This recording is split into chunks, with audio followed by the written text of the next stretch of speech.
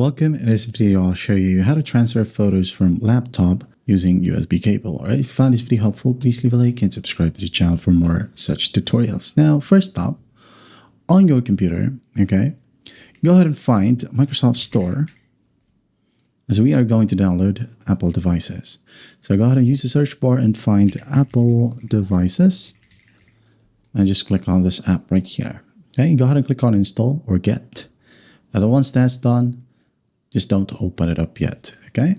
So on your phone, go ahead and open up the App Store and then find VLC, okay?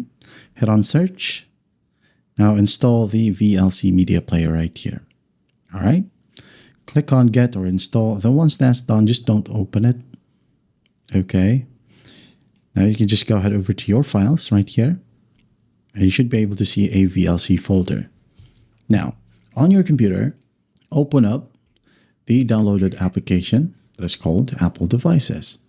But before you open it up, okay, make sure that you connect your phone to your computer via the USB cable.